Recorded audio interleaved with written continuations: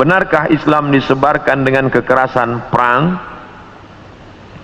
Seandainya Islam itu disebarkan dengan perang, maka tidak akan ada Amitabh Bachchan, Sanjay Dutt di India.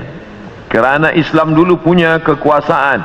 Seandainya Islam disebarkan dengan perang, maka tidak akan ada Sphinx, tidak akan ada Kristian Ortodok di Kaherah. Itu padahal Islam berkuasa di sana. Itu menunjukkan Islam datang menebarkan kerahmatan, kasih sayang. Tidak ada satupun yang terusik, tidak ada telinga yang dipotong, tidak ada mulut yang digundul. Apa hukum membaca Quran digital? Quran dulu tidak ada di kertas. Quran itu bukan kertas yang turun melayang-layang. Quran adalah suara, suara yang didengar oleh Nabi Muhammad. La tuharrik bihi lisanaka lita'jala bih. Jangan engkau gerakkan mulutmu ya Muhammad. Nabi tidak menulis. Nabi buta huruf. Maka Nabi manakala dia mendengar suara Jibril, dia gerakkan mulutnya. Datang Allah berfirman, la tuharrik, jangan kau gerakkan mulutmu, dengar saja baik-baik. Inna alaina jam'ahu wa qur'anah, kami akan mengumpulkannya. Jadi ketika ada orang melihat membaca Quran di kertas, sama dengan membaca Quran digital. Karena dua-dua itu tidak ada zaman Nabi SAW. Baru ada Quran dalam 30 juzuk dari surat Al-Fatihah sampai surat An-Nas, itu pada masa Khalifah Abu Bakr As-Siddiq ketika dia mengutus para tentara untuk membunuh nabi palsu bernama Musailamah Al-Kadzab, nama kampungnya di Yamamah. Lalu meninggallah 70 penghafal Quran. Khawatir Quran ini akan musnah, maka dibukukan menjadi satu. Bagi yang membaca Quran melalui buku tulisan, baik. Bagi yang membaca dari handphone juga tetap baik. Adakah perlu mengambil wudhu untuk memegang Quran digital? Tulisan Al-Quran nampak jelas dia. Jelas, ini tulisannya dipegang. Sedangkan tulisan yang ada di dalam sama seperti tulisan yang dimasukkan ke dalam kaca. Kita melihatnya dari balik kaca. Apakah orang yang memegang Quran dari balik kaca dia mesti berwudu? Maka memegang Quran dalam bentuk tulisan yang zahir, la yamassuhu illal mutahharun, tidaklah menyentuhnya kecuali orang yang mutahharun, orang yang bersuci, berwudu, maka afdal berwudu. Adapun orang yang membaca Quran, maka tidak disyariatkan berwudu karena tidak zahir, tidak nampak, dia bisa hilang. Dia bisa hilang. Oleh karena tetapi membaca Qurannya, bezakan antara memegang mushaf Al-Quran, mushaf namanya, sedangkan ini tidak mushaf. Bezakan antara memegang mushaf dengan membaca Quran. Adapun memegang mushaf maka berwudu. Adapun membaca Quran maka tidak berwudu pun boleh. Tapi afdal berwudu supaya turun rahmat Allah Subhanahu wa taala. Adakah berdosa melangkah handphone yang ada Quran digital? Gelap, mati, sedang tidak ada. Lalu dia langkah, maka tidak apa-apa. Atau dia membawa masuk ke dalam toilet, maka tidak apa-apa. Tapi manakala dia sedang ada, nyata, tampak, ada tulisannya, maka dia tak boleh langkah. Dia boleh dia letak di lantai, tak boleh dia hinakan, tak boleh dia caci maki, tak boleh dia bawa masuk ke dalam. Maka kalau dia sedang ada tulisan, bisa boleh dibaca. Alif lam mim dzalikal kitabul la raiba fih. Dia bawa masuk ke dalam, haram karena tampak. Tapi manakala dia sedang off, gelap, tak ada, maka boleh dia bawa masuk ke dalam. Sama seperti kita membawa otak kita ke dalam toilet. Memang di dalam ini tidak ada Quran 30 juzuk, tapi juzuk 30 insyaAllah ada dalam. Tidak mungkin kita masuk ke dalam, kepala kita tinggalkan, otak kita tinggalkan. Yang tidak boleh itu kita keluarkan isinya masa di dalam. Masa kita di dalam kita keluarkan isinya. Bismillahirrahmanirrahim. Itu baru tak boleh. Begitu juga dengan rakaman-rakaman MP3 yang ada di dalam. Dia sedang off, boleh. Tapi manakala dia sedang berbunyi, bersuara, bergambar, maka tidak boleh.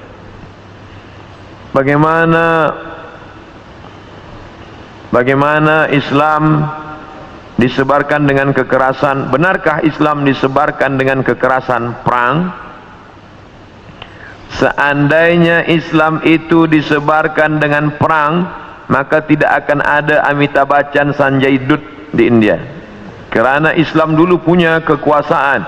Seandainya Islam disebarkan dengan perang, maka tidak akan ada Sphinx, tidak akan ada Kristian Ortodok di Kaherah. Itu padahal Islam berkuasa di sana. Itu menunjukkan Islam datang menebarkan kerahmatan, kasih sayang. Tidak ada satupun yang terusik, tidak ada telinga yang dipotong, tidak ada mulut yang digunting. Ketika sahabat mengatakan hadza yaumul malhamah, ini hari balas dendam, mari kita balas mereka, Nabi berkata hadza yaumul marhamah, ini hari berkasih sayang. Disitulah turun ayat idza jaa nasrullahi wal fath wa ra'aitan nasa yadkhuluna fi dinillahi afwaja fasabbih bihamdi rabbika wastaghfir innahu kana tawwaba. Berapa tahun Nabi berkuasa, berapa tahun sahabat berkuasa di Palestina? Mengapa gereja masih tetap berdiri? Mengapa tidak ada mereka yang dibunuh? Itu menunjukkan fitnah bahwa Islam disebarkan dengan kekerasan dan perang.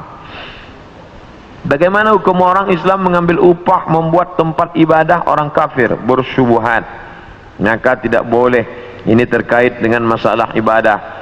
Nabi pindah dari kota Makkah menuju Madinah, penunjuk jalannya itu Ibnu Uraiqid, non muslim, boleh, tak masalah.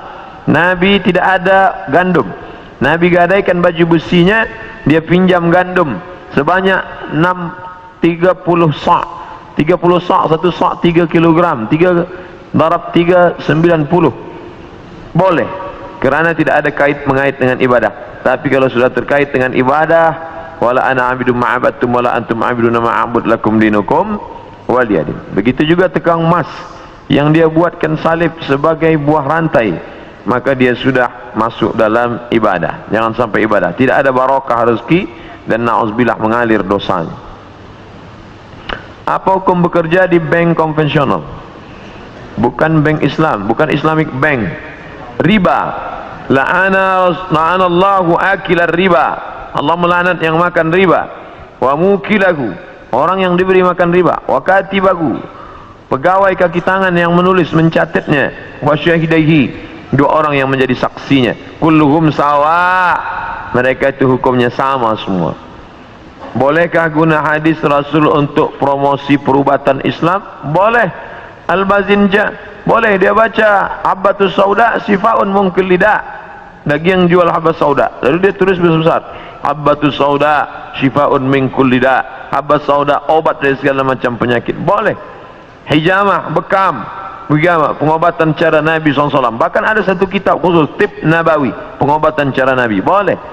Tapi tak boleh dia tulis al-bazinjan syifaun min kulli da, terong obat dari segala macam penyakit. Hadis palsu.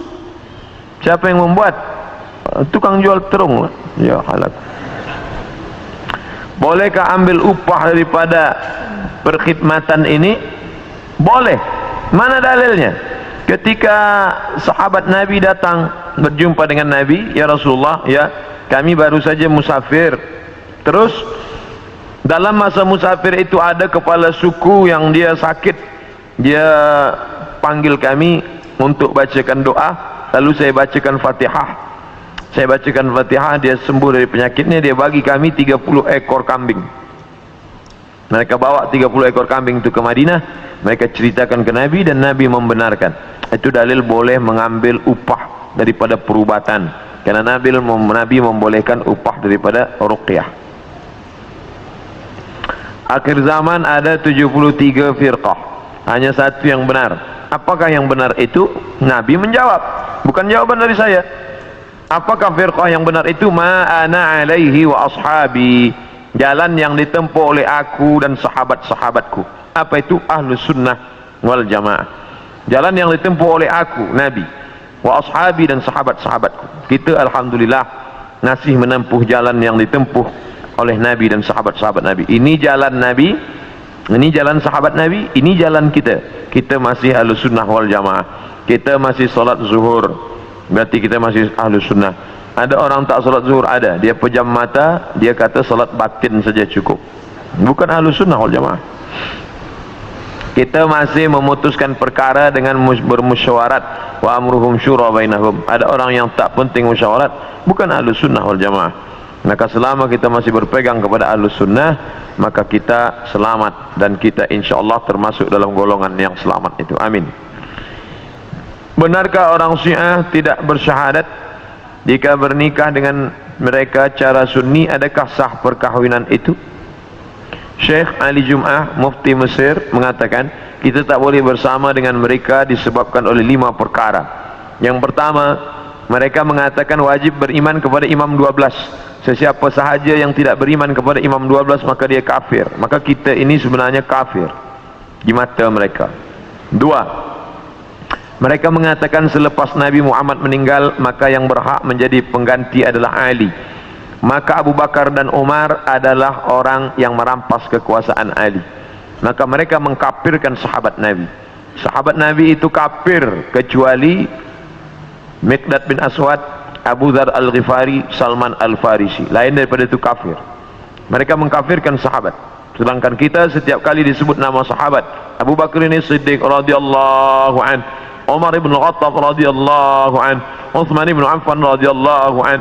Sedangkan mereka mengatakan Abu Bakar Siddiq laknatullah alaih. Maka kata Sayyid Habib Muhammad bin Ahmad, Muhammad bin Alawi bin Abbas Al-Hasani Al-Maliki Al-Khattul Ahmar, bila engkau pandang, bila engkau dengar ada seorang ulama mencaci maki sahabat Nabi, Khattul Ahmar, itu garis merah, red line, bahawa kita tidak lagi boleh bersama dengan mereka. Sesiapa saja yang mengkafirkan sahabat Nabi, dan ciri khas daripada mereka adalah mengkafirkan sahabat Nabi. 3, mereka tidak mengakui Al-Quran, kerana Al-Quran yang ada sekarang penuh dengan tahrif, perubahan. Yang merubahnya siapa? Abu Bakar, Umar, Uthman. Di dalam Al-Quran itu sebenarnya banyak nama-nama Sayyidina Ali, tapi telah dibuang kerana Abu Bakar dan Umar membenci Ali. Begitu tohmah tuduhan mereka kepada Abu Bakar dan Umar. 4, mereka taqiyah. Taqiyah maknanya bila dia duduk bersama orang Sunni, kita tanya dia, awak Sunni ke Syi'i? Dia kata saya Sunni. Tapi manakala dia duduk banyak dengan orang Syiah, dia katakan saya Syi'i. Ini namanya taqiyah. Ini pun tidak boleh kita berdebat dengan mereka, sebab mereka susah untuk mengenali identiti dia. Yang 5, mereka meyakini badak. Badak ya bedu, badak. Itulah maka dalam Quran itu ada nasakh mansukh, kerana Allah tidak tahu apa yang terjadi di masa akan datang. Allah ciptakan khamar, Allah tak tahu bahawa orang akan mabuk dengan khamar ini, maka Allah halalkan khamar. Selepas orang tadi mabuk, lalu Allah haramkan khamar, maka ada nasakh mansukh. Mereka meyakini dalam akidah mereka badak, yaitu Tuhan tak tahu apa yang terjadi esok hari. Nah ini 5 poin ini yang membuat kita tak boleh duduk bersama dengan Syiah. Benarkah apa maksud hadis orang yang beramal dengan amalan ahli surga hingga jarak sehasta, tapi takdir Allah ia lakukan amal ahli neraka hingga ia masuk neraka? Hadis ini dijelaskan oleh Syekh Muhammad Sa'id Ramadan Al-Buti dalam masalah takdir. Jangan gara-gara hadis ini orang tidak mau beramal. Kamu tak ada gunanya beramal baik, nanti sudah sejengkal lagi mau masuk surga tak jadi, sebab ternyata engkau sudah tertulis di Lauhul Mahfuz menjadi penghuni neraka. Bukan itu maknanya. Bagi yang sudah beramal, jangan riak, kerana yang akan dinilai di akhir nanti adalah husnul khatimah, yaitu istiqamah. Bagi kamu para pendosa, pezina, peminum khamar, jangan berputus asa, karena yang akan dinilai pada akhirnya, maka segeralah bertobat. Bagi kamu yang sudah beramal, jangan takbur, jangan sombong, jangan riak, kerana pada akhirnya akan dinilai adalah apakah kamu ditutup dengan husnul khatimah. Itulah makna hadis itu bila dia digabungkan dengan hadis-hadis yang lain. Maka untuk memahami satu hadis, tidak boleh satu hadis itu dipaham sendiri tanpa dibantu oleh hadis yang lain. Maka ada satu kitab tulisan Syekh Yusuf Al-Qaradawi, judulnya Kaifa Nata'amal Ma'as Sunnah, bagaimana kita memahami sunnah. Tidak boleh mengambil satu hukum dari satu hadis.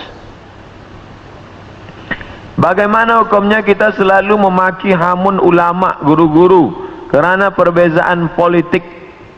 Maka bila kita tidak bersetuju, kita tabayyun. In ja'akum fasiqun binaba'in, bila ada orang membawa berita fasik, fatabayyanu, maka kita tanya. Adapun mencaci maki, hamun, sumpah serapah, ingatlah bahawa darah ulama itu masmum. Darah daging ulama itu beracun. Bila darah daging beracun dimakan oleh singa serigala, dia akan mati. Maka jangan sampai kita menderhaka, mencaci maki ulama. Andai saya berbeza pendapat dengan Tuan Fulan kerana satu masalah, saya tetap hormati dia. Jangan kerana satu hari hujan hilang kemarau setahun. Boleh jadi dia berbeza dengan kita dalam satu masalah, tapi dalam 99 masalah dia sama dengan kita. Saya seorang akhwat, alhamdulillah baru mengenal hijrah. Apa hukumnya menonton video Aku Kamu Satu yang berisi motivasi ajakan untuk hijrah dan mengingat kematian? Kerana dengan video itu kebanyakan teman-teman saya sadar. Ud'u ila sabili rabbik, ajaklah orang ke jalan Tuhan bil hikmah. Boleh jadi melalui ceramah. Ada orang dapat hidayah melalui ceramah, ada orang dapat hidayah melalui puisi, ada orang mendapat hidayah melalui filem religi, ada orang mendapat hidayah melalui lagu nyanyian.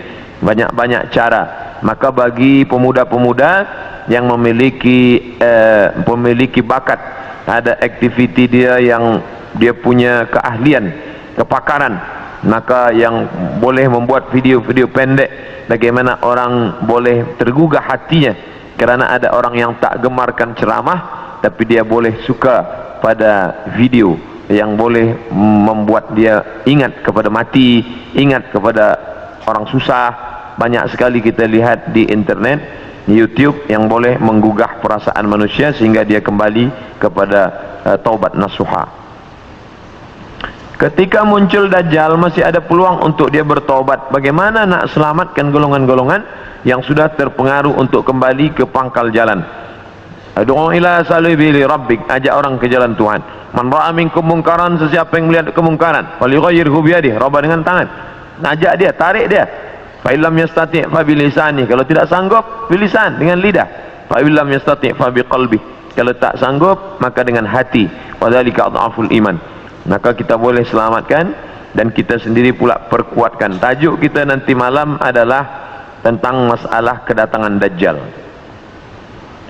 Mana lebih baik, sama ada kita memaafkan orang yang buat salah dengan kita, atau kita tuntut pahala mereka di akhirat nanti? Lebih baik maaf, mengikut Nabi Muhammad sallallahu alaihi wasallam.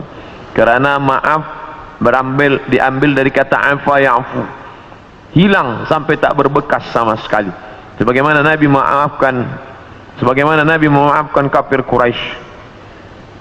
Ketika Nabi sallallahu alaihi wasallam memaafkan kafir Quraisy, pada saat itu tidak ada izhabu, kata Nabi, pergilah kamu antum tulaqa. Pergilah kamu wahai penduduk Makkah, kamu bebas sebebas-bebasnya, pergilah wa antum tulaqa. Oleh sebab itu maka kita maafkan. Ada balasan pahala yang tidak dapat dihitung. Apa dia? Maaf. Innama yuwaffas sabiruna ajrahum bighairi hisab, tanpa dapat boleh dihitung kerana banyaknya. Maka kita maafkan.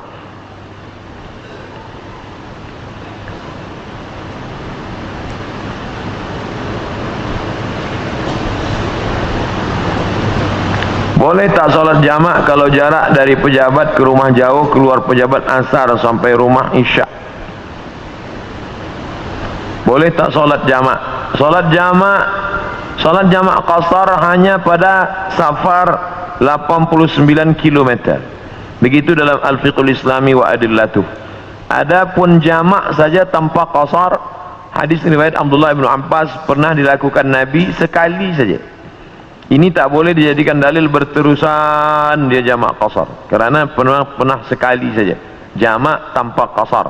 Zuhur 4 rakaat, asar 4 rakaat, jamak taqdim atau jamak takhir. Tapi masalah jarak dari pejabat ke rumah jauh, keluar pejabat asar sampai rumah isya, maka dia boleh berhenti tempat rehat, dia boleh berhenti di tepi jalan, dia boleh solat. Andai jam, maka Ustaz Lutfi Basari mengatakan andai jam dia solat li hurmatil waqti, dia ingat Allah pada waktu itu, nanti sesampai di tempat tujuan dia qada. Jam azan maghrib masih jauh, tak mungkin berhenti, maka dia ingat Allah SWT, betul-betul ingat pada saat itu li hurmatil waqti, untuk menghormati waktu. Nanti sampai di tempat dia mesti qada. Kalau suami tak punya pendapatan tetap, kadangkala semasa nak bayar zakat fitrah suami tak punya wang, bolehkah isteri beri duit kepada suami untuk bayarkan zakat fitrah untuk semua ahli keluarga? Orang yang tak punya harta maka tak wajib bayar zakat fitrah, maka dia termasuk fakir miskin, maka orang bagi zakat pada dia sebab dia fakir miskin. Tapi manakala dia ada yang dibayarkan, ada beras yang untuk dibayarkan, maka dia bayarkan zakat fitrah. Adakah perdebatan terbuka antara ilmuwan agama di media sosial wajar dilakukan sehingga keliru orang awam? Tidak. Bila ada orang berbeza pendapat, maka dia duduk bersama untuk meluruskan. Atau saya sampai sekarang tidak berdebat, saya tak ada sebut si anu, si fulan, tak. Saya hanya menyebutkan dalil. Tentuan yang mengatakan bahawa membaca Yasin tidak boleh, ini dalilnya. Tentuan mengatakan bahawa Sayyidina tak ada, ini dalilnya. Tentuan yang mengatakan tak ada kenduri arwah, ini dalilnya. Saya tidak pernah memburuk-burukkan orang, mencaci maki, hamun, sumpah serapah. Manhajuna manhajul bayan. Manhaj kita manhaj bayan, menjelaskan bahawa ada orang cut video saya, lalu cut dia dengan lain, lalu dia sambung-sambung seolah-olah ada perdebatan, maka ini kejahatan cybercrime. Bagaimana seorang yang membuat pinjaman riba dalam keadaan jahil, kemudian mengetahuinya haram, apakah yang perlu dilakukannya? Dia mesti bayar, sebab dia sudah ada dalam perjanjian. Andai dia tidak mau bayar, dalam hukum negara dia boleh dituntut di mahkamah.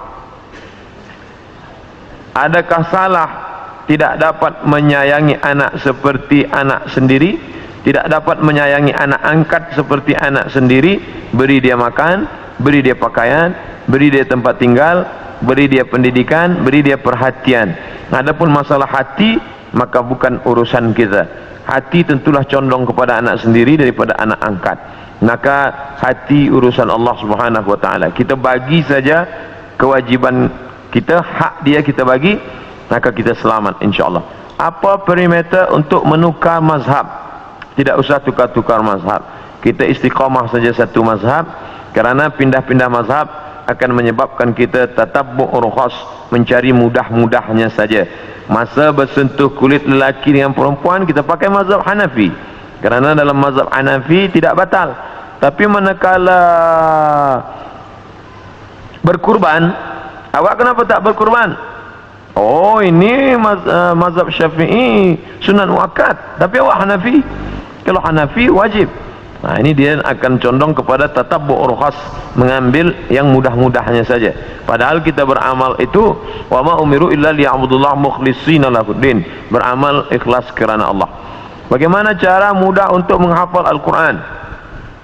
Dulu kami masa belajar Azhar 1 tahun 2 juzuk, ada subjek 14, Fakulti Usuluddin, tambah Quran 2 juzuk, dibaca 1 muka surat 1 hari, dihafaz subuh. Lepas itu dibaca dalam solat qabliyah zuhur, ba'diyah zuhur, solat zuhur, qabliyah asar, solat asar, qabliyah maghrib, ba'diyah maghrib, qabliyah isya, ba'diyah isya, diulang-ulang. Maka dia membaca dalam sembahyang dengan di luar sembahyang itu beza. Lepas itu kita tulis di kertas, apa yang sudah kita hafal kita tulis balik. Sebab banyak orang yang hafaz kerana cepat, tapi manakala lambat dia hilang. Maka menulis juga membantu hafazan kita terhadap Al-Quran. Saya student di UM. Apa hukum membina ma'had tahfiz dari orang Kristian? Semua pembangunan duit gaji guru dari orang tersebut, padahal orang Islam masih banyak, tapi dia tidak mahu membantu. Boleh menerima hadiah dari orang Kristian bila tidak ada niat lain. Mana dalilnya? Nabi menerima asal banha, hadiah dari Muqawqis Jirjis, raja Mesir, agama dia Kristen Ortodok Koptik. Nabi menerima hadiah biral, kendaraan dari Jirjis. Nabi menerima kain putih dari Jirjis. Itu dalil boleh menerima. Tapi hari ini orang memberi tentu ada niat di balik itu. Tidak ada ketulusan. Tidak ada. Pasti ada urusan lain. Pasti ada satu masa dia akan bangkit balik. Oleh sebab itu berhati-hati menerima hadiah. Bagaimana tafsiran dari ayat al-fitnatu asyaddu minal qatl? Siksa lebih keras daripada pembunuhan. Itu maknanya. Al-fitnah di sini bukan tohmah, bukan tuduhan tanpa bukti, tapi makna fitnah di sini adalah siksa. Siksaan, tuduhan, caci maki, hamun, sumpah serapah lebih menyakitkan daripada pembunuhan. Sebab kalau orang dibunuh sekali mati, tapi manakala dia dibakar, disiksa, dirajam, dicambuk, maka lebih menyakitkan daripada pembunuhan. Tidak benar orang berdalil mengatakan al-fitnatu asyaddu minal qatl, tuduhan engkau kepada aku lebih menyakitkan daripada kematian. Apakah ada wali kutub itu? Konsep tentang wali kutub ini dari Ibnu Arabi. Kata dia ada imaman, ada satu wali induk, wali kutub. Lalu di bawah itu ada imaman, 2 imam. Lalu di bawah itu ada lagi 4 wali. Lalu selepas itu ada najabah, ada nuqaba. Ada 40, ada 300. Satu wali, 2 imaman, ada wali 4, ada wali 40, ada wali 300. Wallahu a'lam bishawab. Jika semasa haid, bolehkah belajar mengaji Iqra? Boleh, kerana Iqra bukan Al-Quran. 4 mazhab sepakat, mazhab Hanafi, mazhab Maliki, mazhab Syafi'i, mazhab Hambali, bahawa perempuan haid tidak boleh membaca Al-Quran. Tapi ada pengecualian. Mazhab Maliki boleh membaca Quran bila perempuan itu mengulangi hafazan. Dia hafaz Quran, satu hari dia ulang 2 juzuk, tapi dia baca dalam hati, dia diam saja, dia baca dalam hati, boleh. Yang kedua, menurut mazhab Hambali, bila dia guru agama, tapi dia baca putus-putus, innallaha la yastahi ayyadriba mathalamma da'udatan fama fawqaha, maka boleh. Suami rajin dengan ceramah tapi tidak salat, mungkin dia baru nak belajar sembahyang. Man taraka salata muta'ammidan, sesiapa sahaja yang meninggalkan salat secara sengaja, faqad kafara jihara, maka kafirlah dia secara nyata. Inna awwala ma yuhasabu bihil 'abdu yaumal qiyamah, yang pertama kali yang akan dihisab nanti pada hari kiamat, salatuhu, sembahyang. Oleh sebab itu maka carilah suami-suami, calon-calon suami, bakal suami yang sembahyang. Kerana bila sudah menikah, susah nak ajak dia sembahyang. Cara atau doa melembutkan hati anak-anak yang mendengar kata. Salat hajat 2 rakaat, lepas itu minta kepada Allah. Kerana doa seorang ibu tidak tertolak, mintakan khas pada sujud. Tapi jangan diucapkan di mulut, kerana tidak boleh melafalkan bahasa selain Arab manakala dalam sembahyang. Aqrabu ma yakunul 'abdu min rabbih wa huwa sajid. Seorang dekat dengan Allah manakala dia sujud. Aktsiru fihi doa, perbanyaklah doa manakala kita sujud. Mintalah kepada Allah Subhanahu wa taala apa-apa yang dimintakan. Salah satunya adalah supaya anak ini lembut hatinya dan mau dia mendengar cakap kita, supaya anak ini menjadi para penghafal Al-Quran, selamat dia daripada riba, selamat dia daripada zina, selamat dia daripada segala perbuatan yang keji dan mungkar. Apa hukum suami tak percaya sama isteri simpan wang?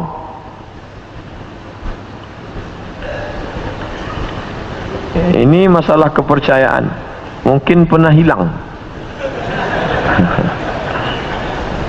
Oleh sebab itu maka amanah.